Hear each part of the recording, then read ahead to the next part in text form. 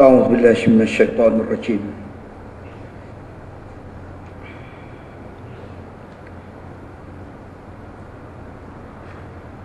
بسم الله الرحمن الرحيم. السلام عليكم ورحمة الله وبركاته.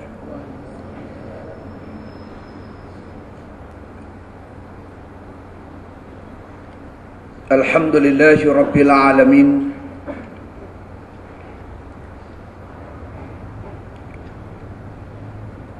حمدا حامدين وحمدا شاكرين،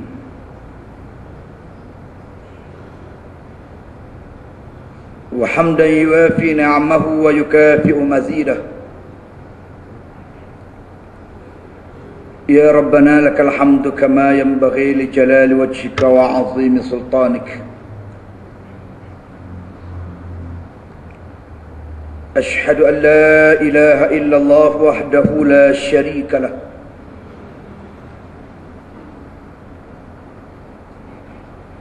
له الملك وله الحمد وهو على كل شيء قدير. وأشهد أن محمدا عبده ورسوله. اللهم صل وسلم على رسولنا الكريم سيدنا ونبينا ومولانا محمد بن عبد الله، إمام المتقين وقائد الدعاة المجاهدين، وعلى آله وأصحابه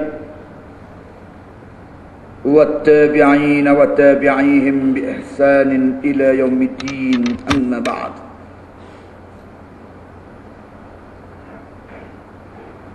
Yang dihormati Ashabul Fadilah, tuan-tuan imam, pengurusi dan ahli jawatan kuasa masjid, pimpinan-pimpinan masyarakat muslimin dan muslimat yang dirahmati Allah sekalian.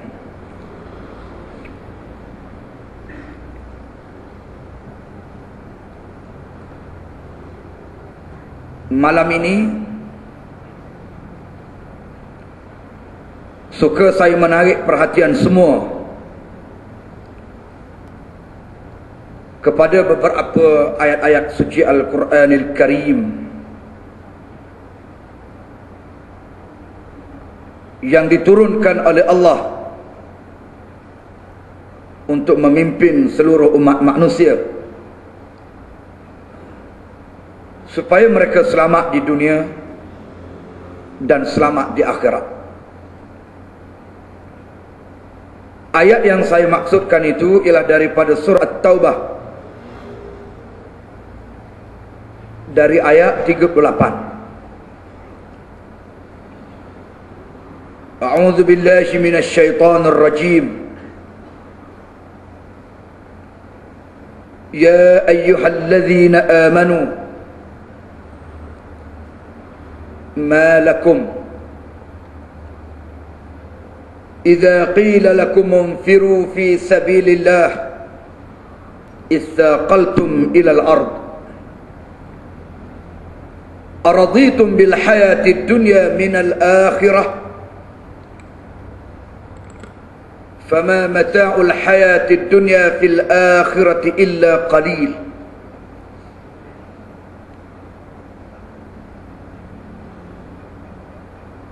إلا تنفروا yu'adzibkum 'adzaban alima wa yastabdil qauman ghairakum wa la tadurruhu syai'a wallahu 'ala kulli syai'in qadir.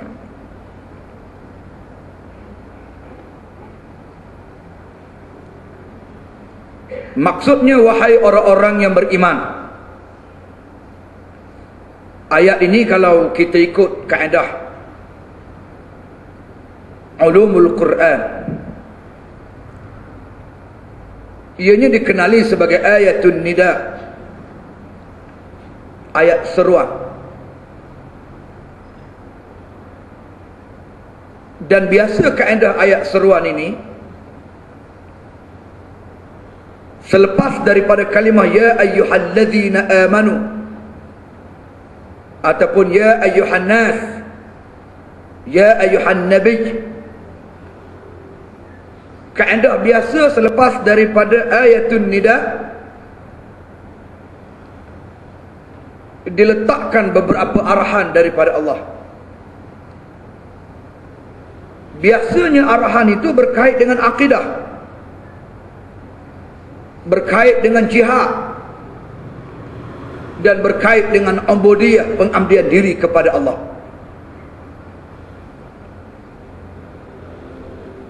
Ya ayyuhalladzina amanu, wahai orang-orang yang beriman. Artinya orang yang diseru dalam ayat yang kita baca pada malam ini ialah orang-orang yang beriman. Maka sesiapa dari kalangan kita pada malam ini yang mengaku beriman, yang merasakan dirinya beriman kepada Allah, tolong beri perhatian. Pasang telinga, buka mata.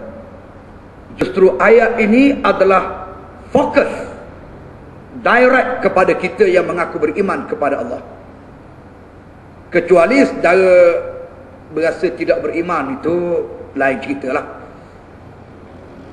Mungkin saudara kata, saya tak kisahlah, saya tak termasuk di kalangan orang beriman ni, cuma singgah di Masjid Permatan Janggus ni nak dengar apa kuliah dan apa cerita perbincangan pada malam ini. Sekadar itu saja, tak lebih daripada itu. Nak ambil catatan sikit, kalau ada ruang boleh buat report. Kalau dia sedia mengaku tidak beriman kepada Allah, tak apalah, dia tak beri perhatian pun.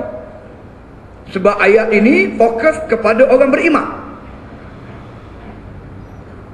Saudara, kalau kita di pejabat, bagi mereka yang bekerja di pejabat, demikian juga yang mengajar di sekolah, dia ada majikan dia. Setiap kali majikan itu mengeluarkan pekeliling, mengeluarkan peraturan dan arahan-arahan, ditampal di dinding-dinding di tempat mereka bekerja. Sebagai kaki tangan ataupun sebagai pekerja di majikan tersebut, sebaik saja membaca pekeliling yang dikeluarkan oleh majikan, maka bergegas kita melaksanakan apa yang diarah. Tujuannya dua. Yang pertama, untuk menjadikan kita sebagai pekerja yang baik, mentaati arahan dan peraturan yang dikeluarkan oleh majikan. Yang kedua adalah untuk menjaga reputasi,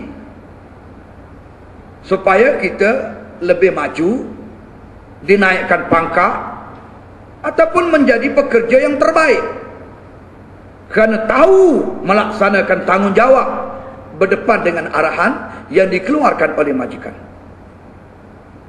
Begitulah kita tengok siapa-siapa pun, apabila dia bekerja, dia mesti patuh pada majikan. Kalau dia nak jaga reputasinya, kalau dia nak jaga kewibawaannya sebagai seorang pekerja yang baik. Itu majikan daripada dunia. Ini kan pula pekeliling yang ditampal ataupun yang dikeluarkan oleh majikan daripada segala majikan. iaitu Allah Jalla wa'ala. Dan pekeliling yang saya maksudkan itu ialah Al-Quranul Karim, yang telah diutuskan oleh Allah kepada Nabi kita Muhammad sallallahu alaihi wasallam untuk ditampal dan dibaca oleh seluruh umat manusia di sepanjang zaman. Antara pekelilingnya ialah ya ayyuhallazina amanu, wahai orang-orang yang beriman. Kepada seluruh umat manusia yang mengaku beriman kepada Allah. Sejak turunnya ayat ini sehinggalah ke hari kiamat, mestilah memberikan perhatian.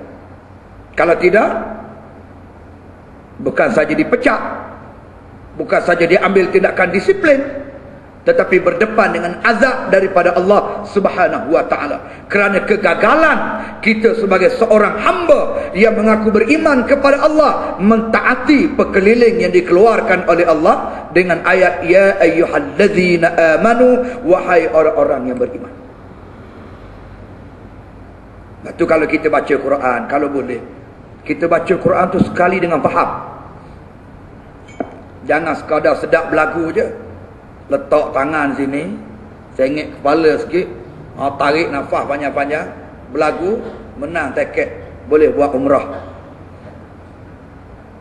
Sebagai qari terbaik negara, sebagai qari terbaik di peringkat daerah.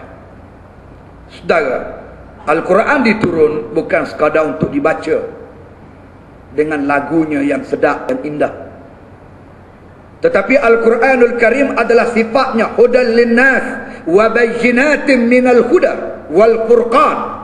Al-Quran adalah petunjuk dan keterangan-keterangan yang jelas daripada Allah Jalla wa'ala, untuk membezakan di antara yang hak dan yang batil, untuk memisahkan manusia daripada jahiliyah dengan Islam, untuk memisahkan manusia daripada iman dan kufur, supaya manusia tidak terperangkap dalam kemurkaan Allah Subhanahu wa ta'ala. Itu peranan Al-Quranul Karim sebagai petunjuk. Tetapi petunjuk itu mesti dipahami. Kalau saudara tidak memahami petunjuk itu, saudara gagal untuk memahami apa yang dikehendaki oleh Allah Subhanahu wa ta'ala. Petunjuk ataupun signboard yang ada di jalan raya, kita hanya boleh menggunakan panduan itu, petunjuk itu, signboard itu, apabila kita tahu membaca signboard. Kita pandai membaca signboard. Tapi kalau kita tidak tahu membaca signboard, ataupun tahu membaca tapi tidak faham apakah tujuan, kehendak, kemahuan daripada signboard itu, saudara tidak akan sampai ke destinasi. Saudara tidak akan mampu untuk mengguna semaksimum mungkin signboard yang dipasang. Asalnya signboard itu untuk memudahkan kita, tetapi akhirnya menjadikan kita lebih sukar dan lebih sulit keadaan. Itu kita nak pergi ke satu-satu destinasi. Macam juga saya minta saudara datang ke rumah saya sebagai contoh. Saya ada buat kenduri sikit. Saudara tanya saya, di mana rumah ustaz ni? Saya kata, Nun, di negeri Pahang, Darul Makmur. Yalah, walaupun ada orang panggil Darul Maisir, tapi berasa tak sedap nak sebut begitu. Di negeri Pahang, di Besrah, di kampung Bukit Pelindung, nombor 26, lorong kanan. Saudara kata payah, tak nampak jalan. Memang saudara tak nampak sebab saudara duduk di Pulau Pinang. Saudara tak pernah sampai ke negeri Pahang, saudara tak tahu alamat itu. Tak apa. Untuk sampai ke destinasi di dunia ni, saudara ada alat. Sekarang popular dengan Garmin. Beli Garmin tu, letak atas kereta, set Kampung Besrah, Pahang, Darul Makmur. Dia akan pandu saudara, turn right, saudara kena kanan, jangan lawan dia. Turn left, saudara kena kiri. Begitulah sampai Kuantan. Apa boleh buat? Saudara tak tahu arah, saudara tak tahu tempat tuju, saudara kena ikut panduan itu. Kalau saudara langgar panduan itu, saudara tak akan sampai. Dia kata turn right. Saudara kata nak ke kiri lah. Pergilah. Saudara tak akan sampai ke Kuantan. Mungkin saudara lepas ke Terengganu, lepas ke Johor. Apabila kita tidak tahu destinasi, kena ikut panduan itu. Namanya Garmin. Tapi dalam banyak-banyak tempat menggunakan khidmat satelit dengan Garmin ini, ada satu tempat yang saudara tak boleh pergi dengan Garmin. Antaranya ialah syurga. Saudara nak ke syurga kan? Ni, tanya ramai-ramai ni. Nak ke syurga ke tak nak?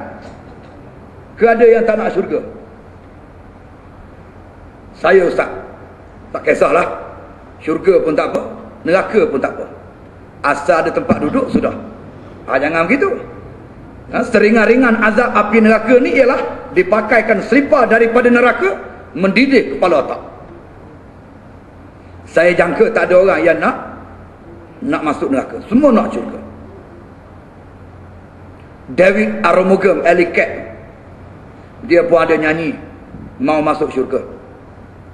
Kalau aku pergi dulu, macam mana? Saya tak ingat. Tunggu daku di pintu syurga. Kalau engkau pergi dulu. Belasah jelah. Saya pun tak ingat dia punya liriknya. Tunggu daku di pintu syurga. Maknanya dia suruh tunggu di pintu syurga. Dia tak suruh tunggu di pintu neraka. Sebab dia pun nak masuk syurga.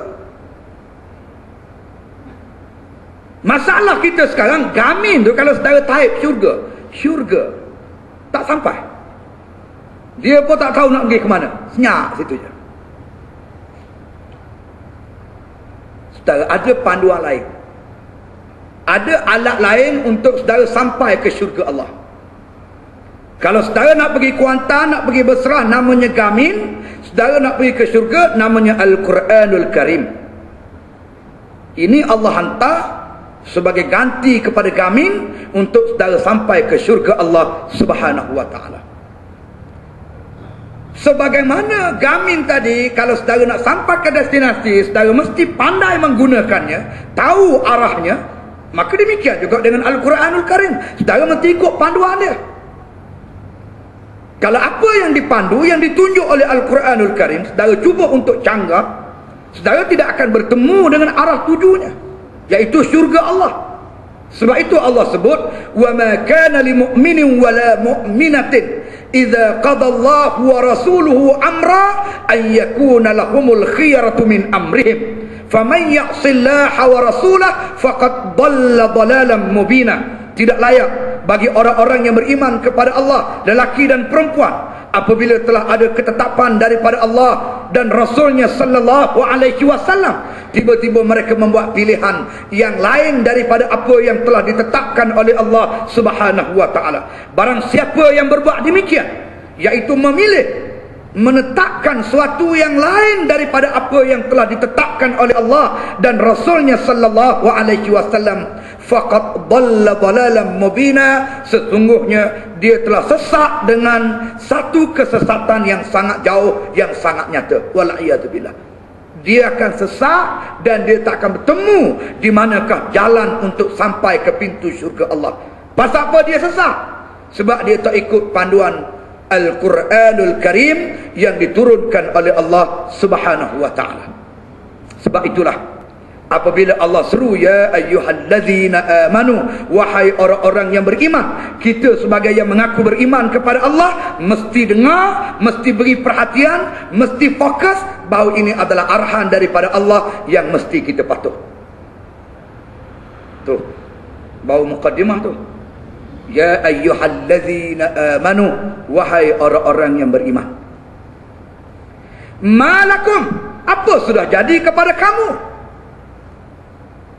Ya ayyuhallazina amanu, malakum, wahai orang-orang yang beriman. Malakum, apa sudah jadi kepada kamu? Apa sudah kena dengan kamu ni? Siapa tanya ni? Allah. Tanya ni dia bukan tanya nak jawapan. Dia bukan tanya untuk jawapan. Kalau ikut kaedah tafsir, ini dinamakan sebagai istifham inkari. Dia tanya untuk menempelak, dia tanya untuk menyindir, dia tanya untuk sinis. Macam kita ada anak, kita larang anak kita panjat pokok betik. Sebab pokok betik ni lembut, dia mudah patah. Bukan macam pokok kelapa. Kita larang dia panjat. Tapi jenis budak lebih melo ni, dia suka memanjat. Kita kata jangan panjat, yang kita larang itulah yang dia nak buat. Dia panjat. Takdir Allah, patah sungguh pokok tu. Jatuh berdebuk dekat bawah. Kita pun pergi dekat dia. Macam mana? Nak panjat lagi? Kita tanya dia. Nak panjat lagi? Tanya tu bukan nak suruh dia jawab. Tanya tu adalah untuk menempelak dia. Padan dengan muka. Aku dah cakap, jangan panjat. Panjat juga. Degil. Nak panjat lagi? Itu maknanya. Itu namanya istifham ingkari. Bukan tanya nak suruh jawab. Tanya nak suruh jawab ni macam, Encik tahu tak? Ke mana jalan nak pergi ke restoran? Saya lapar. Encik tu pun tunjuk. Itu tanya memerlukan jawapan. Tanya macam ni, malakum, apa sudah jadi kepada kamu? Bukan nak jawapan. Ini nak tempelak. Kenapa ni kamu jadi macam ini? Jadi macam mana? Idza qila lakum munfiru fi sabilillah istaqaltum ilal ard. Apabila diperintah kepada kamu supaya turun ke medan juang, menegakkan agama Allah, mendaulatkan syariat Allah, tiba-tiba kamu memberatkan papan punggung kamu ke permukaan bumi dengan 1001 alasan malas untuk turun ke medan juang. Apa sudah jadi kepada kamu? Tu cerita dia. Ceritanya Allah Ta'ala menempelak sebahagian di kalangan orang yang beriman enggan untuk turun ke medan juang. Duit banyak, tenaga sehat, akal cerdas, ilmu banyak, tapi tidak mau turun ke medan. Sebahagian dari kalangan orang-orang yang beriman, ada yang memang degil untuk tidak mahu berjuang menegakkan agama Allah. Ada orang memang dia tak berani, dia takut untuk turun ke medan juang sebab perjuangan ini ada risikonya. Perjuangan ada risiko. Berjuang artinya bergelut, berjuang artinya bertempur, berjuang artinya mendepani segala cabaran, segala halangan, segala rintangan untuk memastikan Islam, agama yang kita dokong, dapat ditegakkan di atas tanah air kita, menjadi lebih tinggi daripada ideologi yang dicipta oleh manusia. Justru itulah sifat Islam. Islam memimpin, bukan dipimpin. Islam memerintah, bukan diperintah. Islam itu tinggi dan tidak ada yang lebih tinggi daripadanya. Al-Islamu ya'lu wa la yu'la alaih. Islam itu tinggi dan tidak ada yang mengatasinya. Justru dia adalah agama yang diwahyukan oleh Allah. Dia adalah petunjuk yang dihantar oleh Allah untuk umat manusia. Sedang Allah adalah Tuhan yang mencipta manusia dan seluruh makhluknya di atas muka bumi. Saudara yang dihormati sekalian, ada orang yang enggan berjuang, padahal berjuang itu satu kewajipan. Satu kewajipan. Wajahidu bi amwalikum wa anfusikum fi sabilillah. Berjihadlah kamu dengan harta kamu, dengan jiwa kamu di jalan Allah. Artinya untuk mendaulatkan syariat Allah. Itu perintah daripada Allah. وَقَاتِلُوهُمْ حَتَّى لَا تَكُونَ فِتْنَةً وَيَكُونَ الدِّينُ كُلُّهُ لِلَّهِ. Perangilah olehmu golongan musyrikin itu sehinggalah tidak ada lagi fitnah, yaitu penentangan secara terbuka terhadap Islam, dan jadilah satu-satunya cara hidup yang diiktiraf di sisi Allah Subhanahu wa taala ialah Islam. Agama yang benar, agama yang betul. Allah perintah supaya kita berjuang. Tiba-tiba ada di kalangan orang beriman segan untuk berjuang, enggan untuk berjuang, mengemukakan 1001 alasan untuk tidak turun ke medan. Lalu Allah bertanya, ya ayyuhalladzina amanu, wahai orang-orang yang mengaku beriman kepada Allah, malakum, apa sudah jadi kepada kamu? Kenapa kamu jadi macam ini? Apabila Allah perintah kepada kamu supaya turun ke medan berjuang untuk menegakkan agama Allah, tiba-tiba kamu enggan dan kamu diam sejuta bahasa. Malakum, pasal apa? Saudara, tak ada nak jawab soalan tu. Tak ada nak jawab soalan tu. Mari pula soalan kedua. Araditum bil hayatid dunya minal akhirah?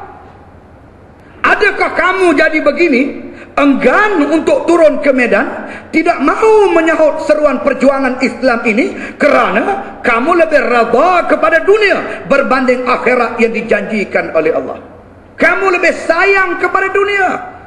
Gaji 5,000, takut kena pecat, takut kena tukar, takut orang marah, ataupun takut dibunuh mati. Penyakit inilah sebahagiannya dihidapi oleh umat yang mengaku beriman kepada Allah. Penyakit yang pernah Nabi sebut sebagai penyakit al-wahnu. Mal wahnu ya Rasulullah? Apakah dia wahnu itu?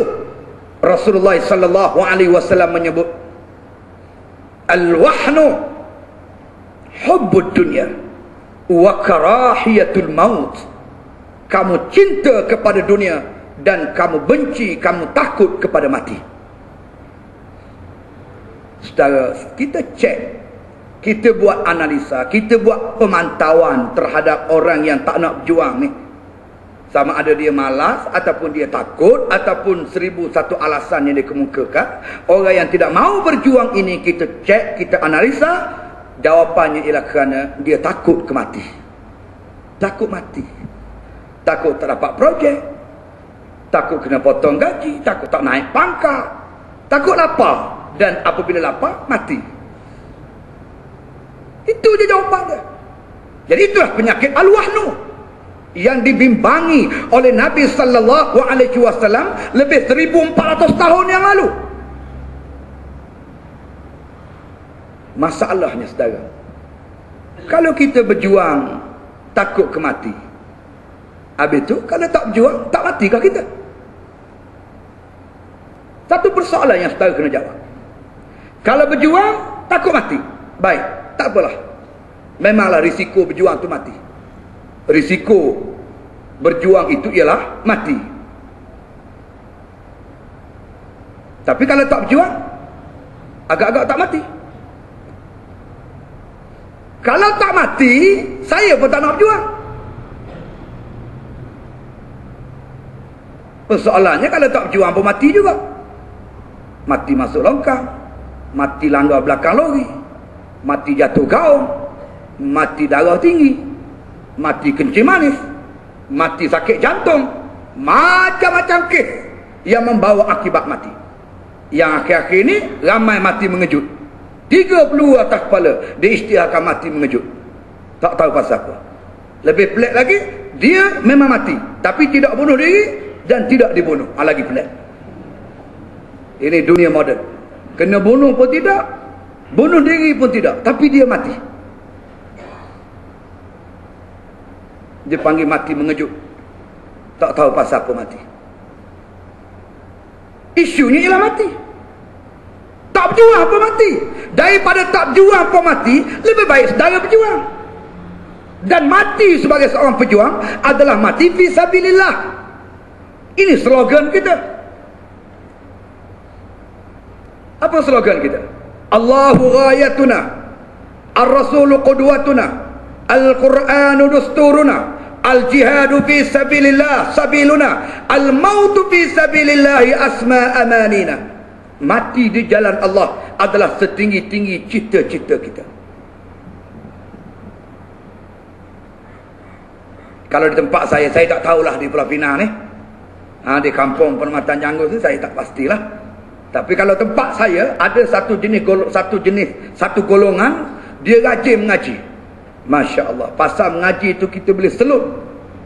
Bawa kitab tu hari-hari. Sampai lebuk kulit kitab ni. Dia kepik cedak tiap. Lokoh bulu ketiak. Tahu lokoh? Minta maaf lah, selain Terengganu sikit. Saya tak berapa pandai nak cakap bahasa Pulau Pinang ni. Sekali-sekali dia keluar Terengganu tu harap maaf lah. Kalau tak faham, buat-buat faham je lah.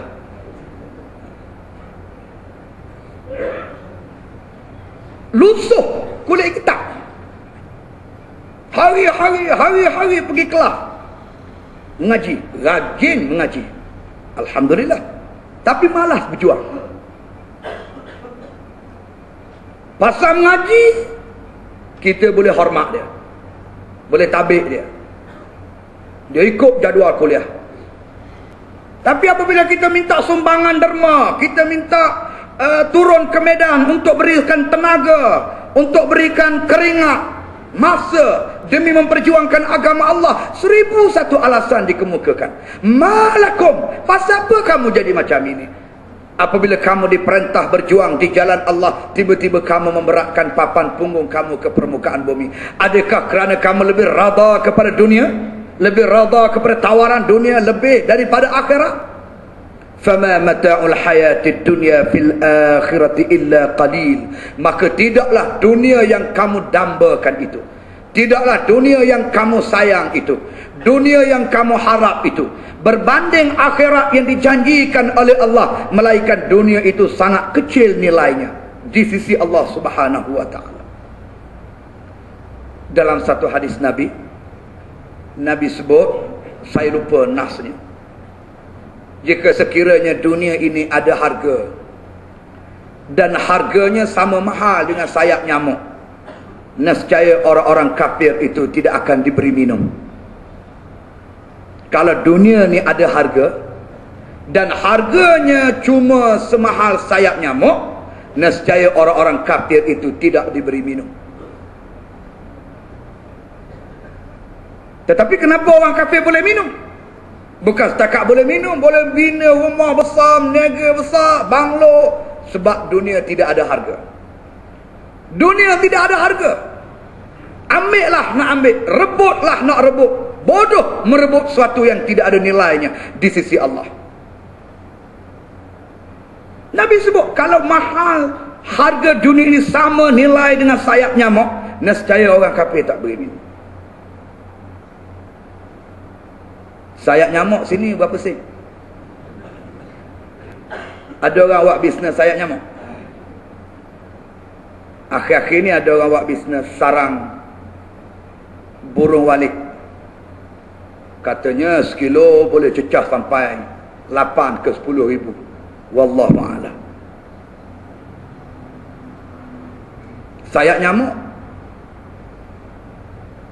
Pernah dengar saudagar sayap nyamuk? Nabi kata kalau dunia ini sama mahal, sama nilai dengan harga sayap nyamuk, nescaya orang kafir itu tidak akan diberi minum. Artinya dunia ni nothing, tak ada harga. Yang direbut siang malam sampai tinggal agama, tinggal perjuangan, tidak memperdulikan syariat. Bodoh manusia yang seperti ini, merebut sesuatu yang tidak ada nilai.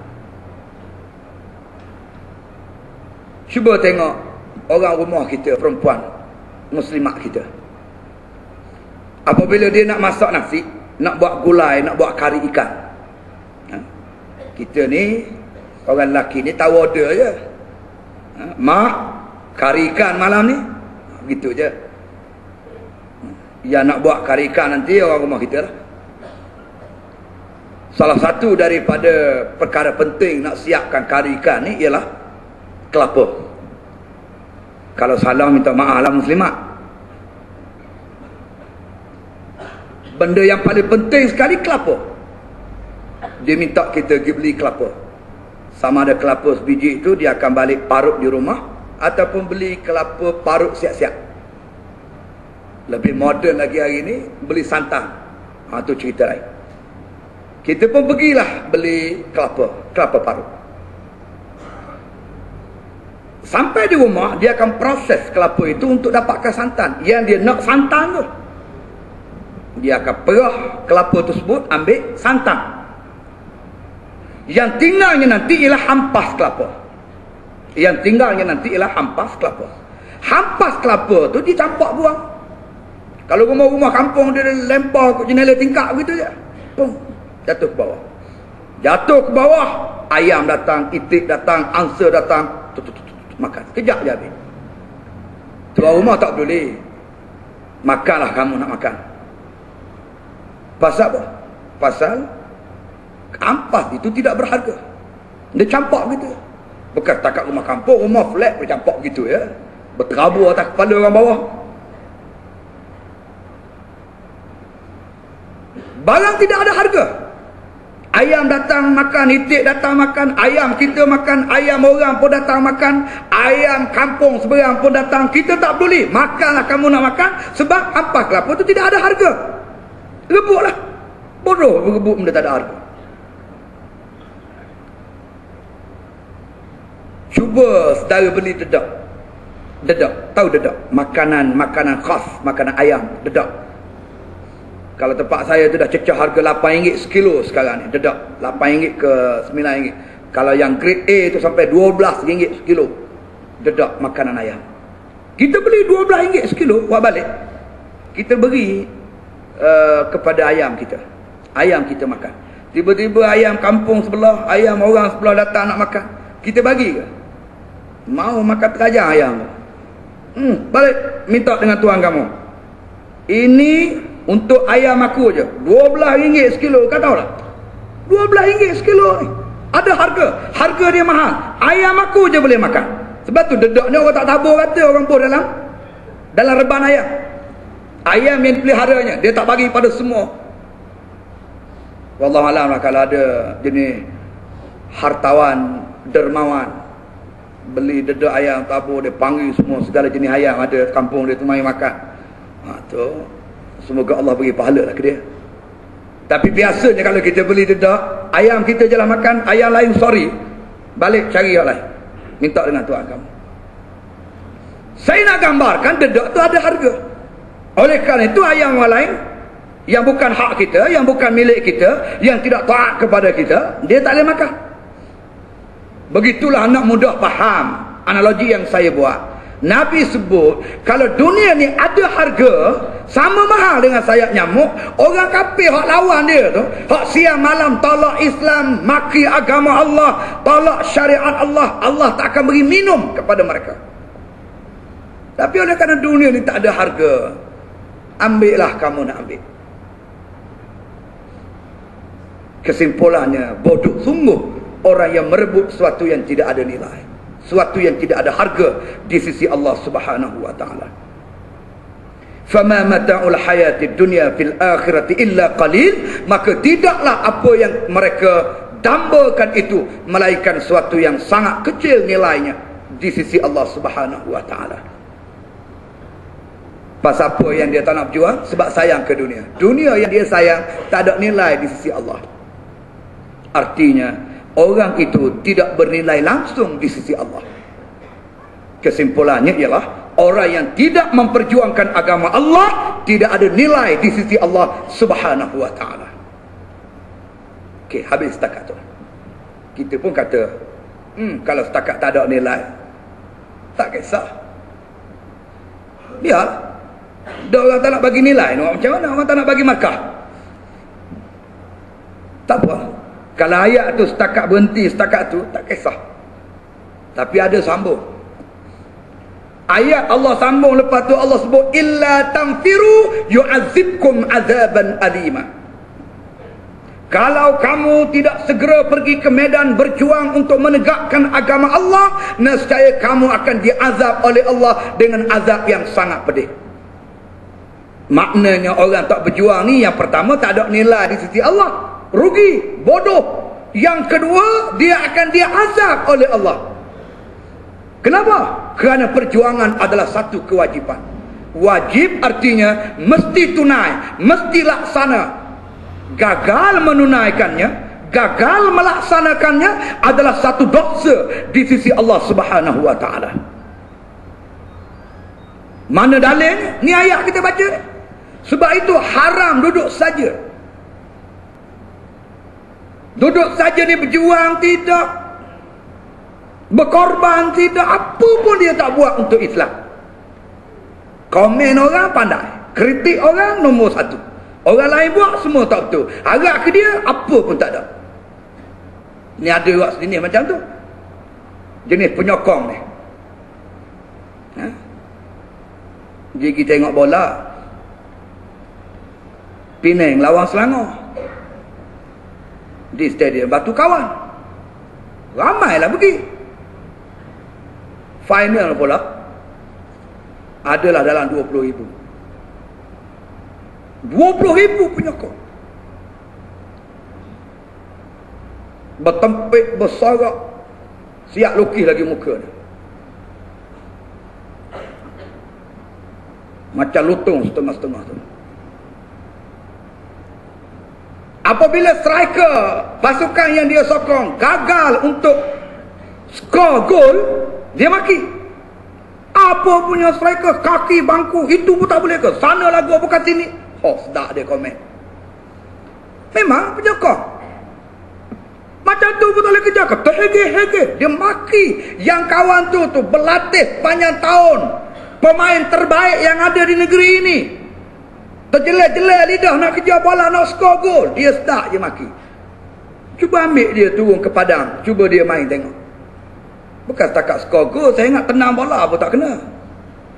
Tapi pasal nak komen orang, memang nombor satu.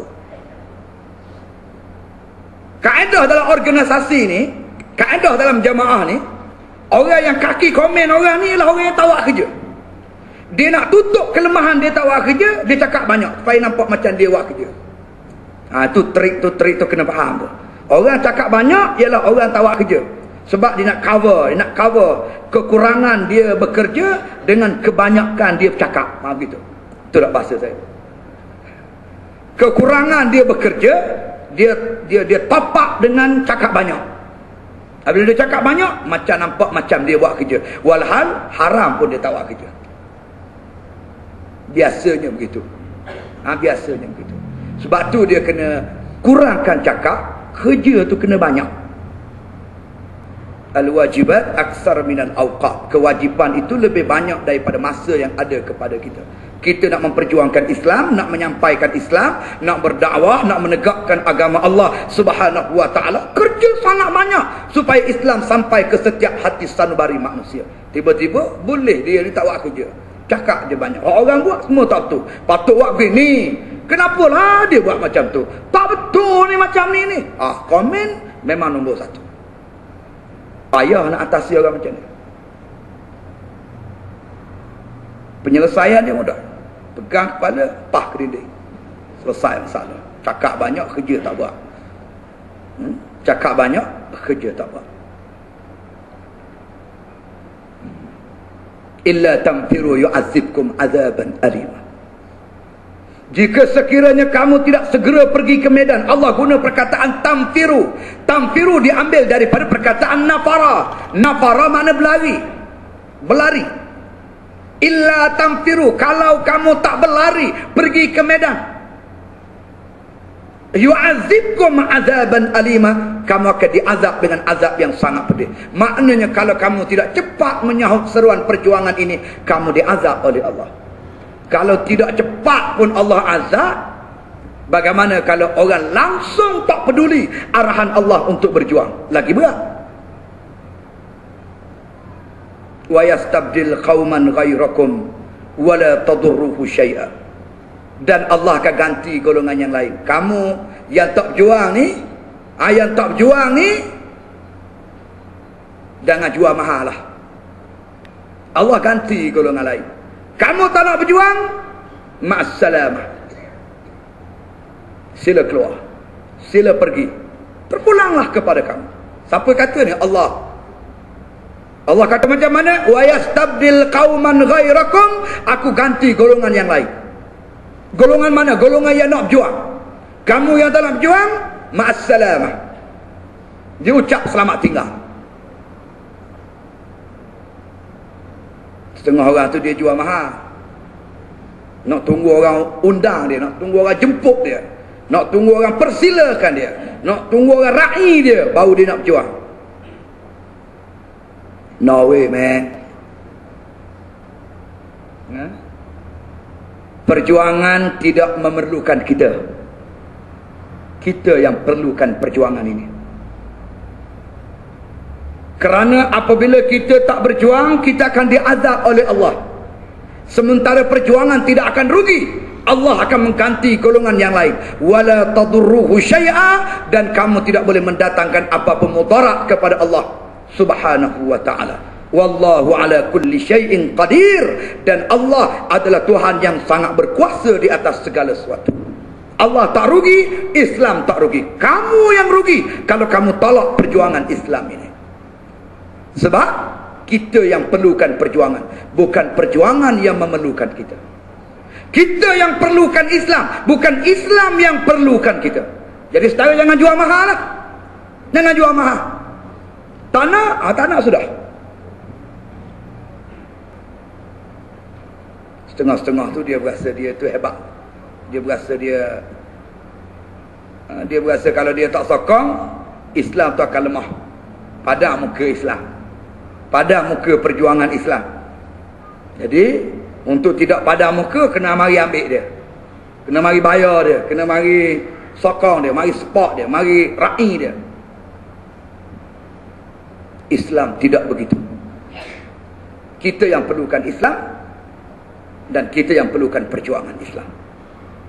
Saya menyebut perkara ini, dan saya memilih ayat ini untuk dibaca pada malam ini, adalah untuk mencetus sedikit kesedaran dan keinsafan dalam setiap pemikiran dan juga sanubari saudara-saudara semua, bahawa perlunya umat Islam bangkit memperjuangkan agama Allah dan mendaulatkan syariat Allah di saat seluruh umat manusia pada hari ini sedang terumbang-ambing dalam arus jahiliah moden yang merosakkan fikrah mereka, merosakkan akhlak mereka, dan merosakkan akidah mereka.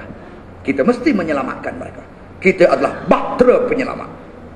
Kalau tidak kita yang berjuang, siapa lagi? Siapa yang nak menyelamatkan mereka?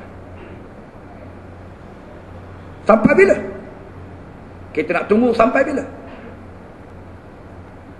Tengok orang Mesir sehari dua, harga roti naik, harga minyak naik, harga barang naik, pejuang-pejuang Islam ditangkap dan dipenjara, bahkan dibunuh mati. Sekian lama rakyat menderita di bawah sistem kuku besi, diktator seorang pengamal sosialis di bumi Mesir. 30 tahun mereka bersabar dengan rejim yang ada pada hari ini. Sambung puluhan tahun dengan rejim sebelum-sebelum daripadanya. Anwar Sadat, Jamal Abdul Nasir, King Farouk. Beratus tahun mereka menderita. Akhirnya baru ni mereka bangkit. Yang saya sifatkan satu revolusi tanpa pemimpin. Yang saya sifatkan satu kebangkitan tanpa pemimpin. Rakyat tiba-tiba bangkit. Dia tahu bagaimana dirinya sedang diinaya, terperangkap dalam kesengsaraan dan penderitaan angkara sang penguasa yang zalim. Apa yang berlaku di Mesir sebenarnya saudara saling tak tumpah apa yang berlaku di Malaysia. Soal harga barang sama. Trend di Malaysia ni lepas naik, lepas naik. Tak pernah lagi saya dengar harga minyak diisytiharkan turun 50 sen. Turun 20 sen. Adanya naik 10 sen. Naik 20 sen. Naik harga minyak, naik harga barang. Harga gula naik. Tapi rakyat di Malaysia masih mampu dipersenda dan diperbodoh. Berdepan dengan kenaikan harga gula, dia kata tak salah makan gula banyak, kencing manis. Rakyat kata ya juga. Habis. Naik minyak, dia kata dah minyak naik, janganlah pakai kereta, gunalah basikal, menyihatkan badan. Rakyat kata Ya tak ya juga. Itu je standard pemikiran rakyat dalam negara kita. Dia kata saya tak kisah minyak naik sebab saya tak ada kereta. Dia kira dia yang tak ada kereta. Yang kita ni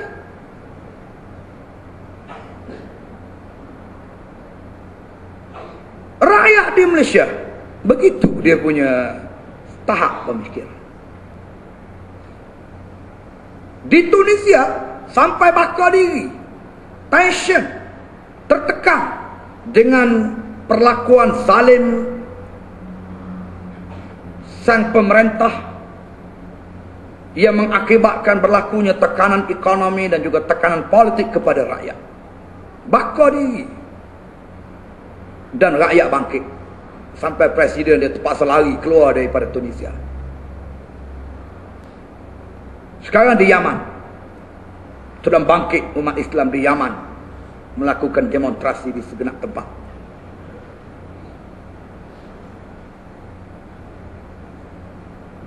Terbaru di Bangladesh. Tadi saya bertemu dengan Dr. Rosli Yaakob, baru balik daripada Bangladesh. Saya tanya macam mana Bangladesh demonstrasi? Dia kata Bangladesh hari-hari demonstrasi. Tidak demonstrasi bukan Bangladesh pula dah. Kebangkitan rakyat di seluruh negara, di seluruh dunia. Bagaimana nak menyaksikan kebangkitan rakyat di negara kita?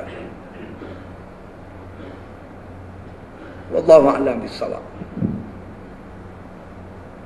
Barangkali kerana keselesaan, masih selesa, masih berada dalam zon selesa. Yalah buah sawit pun mahal, buah getah pun mahal. Seronoklah dia. Isunya saudara. Hak lain-lain tu tak apalah. Agama, keruntuhan moral, keruntuhan akhlak, semakin hari semakin dahsyat. Sampai bila kita nak biarkan keadaan ini, realiti ini? Ni nak buat ETP, Plan Transformasi Ekonomi, nak jadikan Malaysia sebagai hub hiburan, nak tambah kelab malam. Kelab malam yang dah ada ni pun tak sempat nak kawal, tak boleh nak kawal. Nak tambah lagi untuk mengundang pelancong datang ke negara kita. Walhal pelancong datang ke negara kita bukan nak menari, bukan nak minum arak. Di negeri dia bersepah kelab malam, dia boleh menari 24 jam. Dia boleh minum arak, bukan pakai gelas, pakai botol, pakai tondra. Di negeri dia setengah-setengah negeri pakai pipe, pakai meter. Tak ada minum, bayar bil tiap-tiap bulan. Kalau nak minum arak, dia tak payah mari ke Malaysia. Kalau nak menyanyi, nak menari, dia tak perlu mari ke Malaysia. Dia mari ke Malaysia nak menikmati keindahan flora, fauna, nak tengok adat tata susila orang Melayu yang masyhur, kononnya berhemah, lemah lembut, sopan santun, kaya budi. Ni yang dia orang datang nak tengok. Tapi dia pergi tambah hak nak jadikan Malaysia sebagai hub hiburan. Sedangkan itu mengundang kepada kemaksiatan. Ni Valentine Day, tengok 13 hari bulan. 13 hari bulan Februari ni. Valentine Day. Yang saya sifatkan sebagai hari mengawan se-Malaysia. Ramailah orang akan berzina pada hari itu nanti. Lepas tu 9 bulan kemudian, saudara akan dengar pula dalam surat khabar, bayi dibuang sana, bayi dibuang sini. 9 bulan daripada tarikh 13 Februari. Tak percaya, tengok. Sampai bila kita nak biar? Nak tengok saja. Ya ayyuhallazina amanu ma lakum idza qila lakum unfiru fi sabilillah isaqaltum ilal ard. Wahai orang-orang yang beriman, apa sudah jadi kepada kamu apabila Allah memerintah supaya kamu turun ke medan berjuang menegakkan agama Allah, tiba-tiba kamu memberatkan papan punggung kamu ke permukaan bumi dengan 1001 alasan. Apa sudah jadi kepada kamu? Malakum. Terjawablah depan Tuhan. Depan kita ni boleh buat alasan, saya Ustaz bukan tak nak berjuang, tapi dia tu kita dengar tu jatuh simpati. Tak apalah, dengan lidah yang petah dia boleh sebut alasan-alasan itu. Tapi adakah di hadapan Allah dia mampu untuk mengemukakan alasan untuk tidak turun ke medan? Saya tinggalkan saudara dengan persoalan itu. Balik, bentang sejadah, semayang sunat ajak 2 rakaat, sunat babak 2 rakaat. Lepas tu muhasabah depan Allah. Agak-agak layak ke kita masuk syurga yang kita idam-idamkan selama ini? Yang kedua, apakah aku ini layak menyandang status sebagai seorang pejuang? Mengaku berjuang, tapi betul ke berjuang? Allah iktiraf ke aku ni pejuang? Betul ke ni berjuang lagu ni? Suruh buat kerja malas, minta derma kedekut, suruh tampil ke depan penakut. Tadi kita ada Tun Derma, sampai depan dia cepat je dia tolak. Cepat je dia tolak. Kadang-kadang dia buat tak tahu. Kedekut. Gaji 5,000, 3,000. Derma untuk perjuangan Islam 50 sen. Keleteng berbunyi shilling lah tu. Apa salahnya bagi 10% daripada gaji yang ada, 10% daripada pendapatannya ada untuk perjuangan Islam? Marlboro 3 kotak sehari. Bagi untuk perjuangan Islam 20 sen. Lekeh perjuangan Islam lagi daripada Marlboro. Biadab sungguh orang yang macam itu. Khianat dia kepada jamaah, khianat dia kepada Islam, khianat dia kepada agama. Yelah, saya fahamlah ada khilaf hukum rokok tu. Saya pun bukan nak larang hisap rokok. Hisaplah rokok tu sehisap-hisapnya. Tapi janganlah sampai rokok tu boleh 3 kotak sehari, derma untuk jemaah 20 sen je sehari, 15 sen je sehari. Marlboro berapa sekotak sekarang? Berapa sekotak? Ha? Tu hisap rokok Marlboro RM10. Dia kita tengok kat kedai, dia tak hisap. RM10 ya, RM10, RM12. Itu yang sampai kat Malaysia yang original. Yang original betul-betul kau punya Marlboro RM24 untuk 12 batang.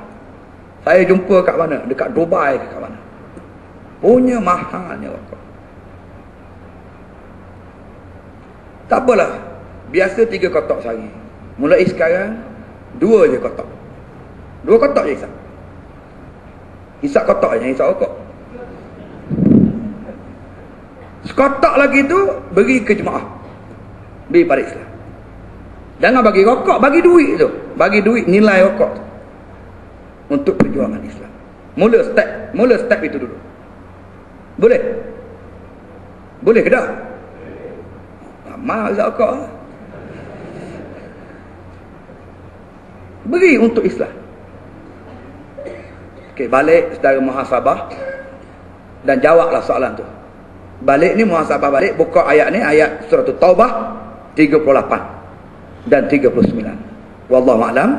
Saya berhenti setakat ni sebab satu lagi program yang paksa saya hadir pada malam ini.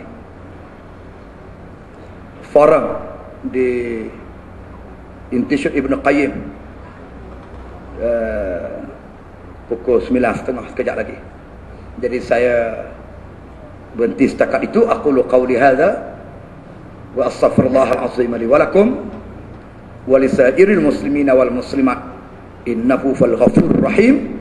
Assalamualaikum warahmatullahi wabarakatuh. Takbir, takbir, takbir, walillahil hamd.